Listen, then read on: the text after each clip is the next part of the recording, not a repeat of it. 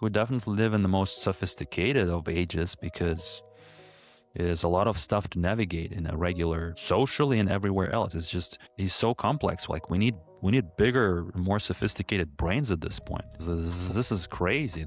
For all the The stuff world that we changed have. way too fast. Yeah, and I was just reading about the new chips that they make. Now it costs them a lot more money to make it because now the precision are even more. You will need these Keeps machines. escalating. These machines are cost almost like multiple millions of dollars, like just to maintain it. And what they do is part of that system is to make a small enough, like a hole through the silicate or whatever the thing that they built the chips on. They just have that machine to be able to make the perfect hole that it needs for the whole thing to work. And there's a lot of Crazy precision.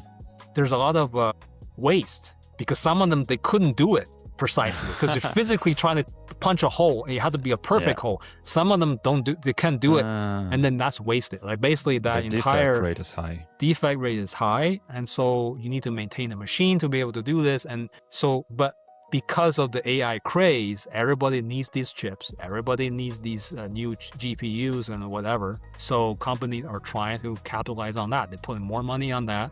They're kind of neglecting their old lines, and they're even saying essentially they want to phase that out because that's not making money anymore. So there's all these behavior changes, and also according to the tech as well. The limitations of the tech limits how much resources you can put into this. This is what they find out with the AI boom, right? They throw money at the problem, but the computation can only go up so high without the adequate kind of rise in fundamental infrastructures and things like that. So these are things that kind of comes into being. Is how the complexity of the modern day, like to make anything, there's so many steps involved in it, and you have to know it. Yeah, but no, that's what I'm feeling like. Even with like doing this simple purchase of a car, my whole family was so frustrated. We're like, are we like dumb or something, or is this just insane? And It's we're just like insane. agreeing that this is complex. Like everything is so complex. It's just even in a regular person's life that,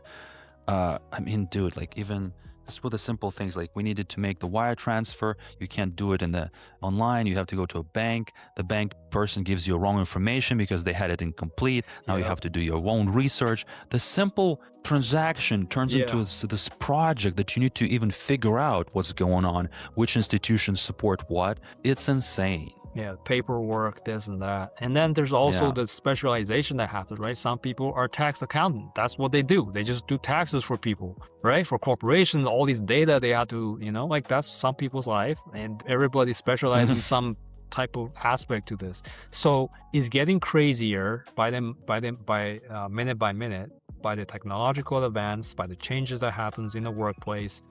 We just aren't able to cope because each individual jobs are changing. I mean, in this case, in your former job, the project management, even that changes for all throughout the year, right? Before it wasn't with AI, it was just some, the existing stuff you gotta manage. And now with the addition of AI, everything pivoted. Yeah, I'm actually, I haven't been, I've been out of a job like since August. So like, I don't even, things might have changed already so much that I'm going to have to relearn certain things. Which is why I feel like that's just a rat race, man. Like, sometimes you can't afford it to do that. Like, how many career change can you do, right? Yeah. Your time is limited. You don't have enough resources and energy to do a completely shift. This is why there's going to be a lot of problem down the line right now, because with all the job being replaced, how are these people going to find alternative enough jobs? People to get money. Because sometimes you got to learn a whole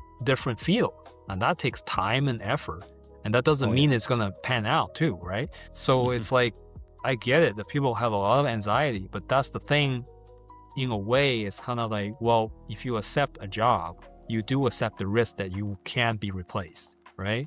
Yeah. So, well, that's the biggest thing that I've been like, this is why I like reading the Dan Coe stuff, because that's his biggest point that he's trying to push and get to his audience is that, that if you're doing a job, you're replaceable this day and age. Yeah. And that's the biggest, it's the fundamental biggest reality problem. Yeah. And if you don't want to be replaceable, you need to make your own thing. Exactly. Because you The won't be unique able, you value, won't be replaced. the unique value, that's the value proposition. Like we talk about today, like the whole thing about finding the price. And this again, but go back to that. What is the valuation, right? The true valuation, just as the market is trying to find the actual price. Because you can have hype, you can have all these things, but there's the fundamental reality of the company and all that, right? So in stocks, you want to find the actual price. And supposedly market, the market efficiency theory, right?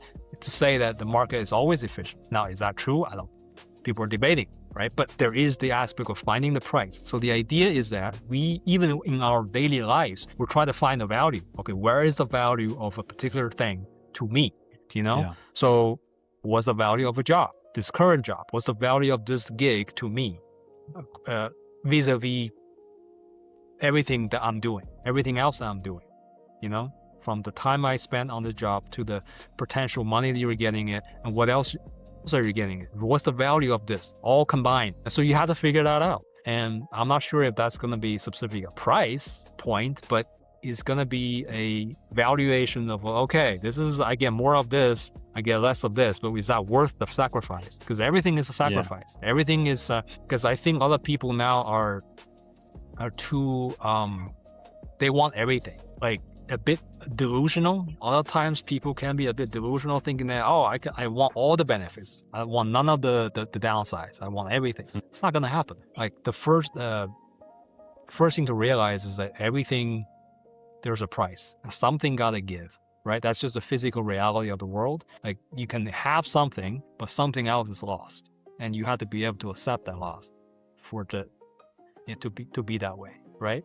It's like you know, no energy is created or destroyed. It's just being transformed, and you have to find. But to have it to transform, something you have to give. Yeah, you have a vacuum, you have a space that's full. It's yin and yang. That idea, right? It's like there's the interplay between these, the differences. You know, air pressure is because some places have higher air pressure than the other place, and that changes, and that's weather. That's what it is. Physical reality is like that. And then we have, you know, our social reality is just something gotta give. You want this benefit, but you can't have the other one.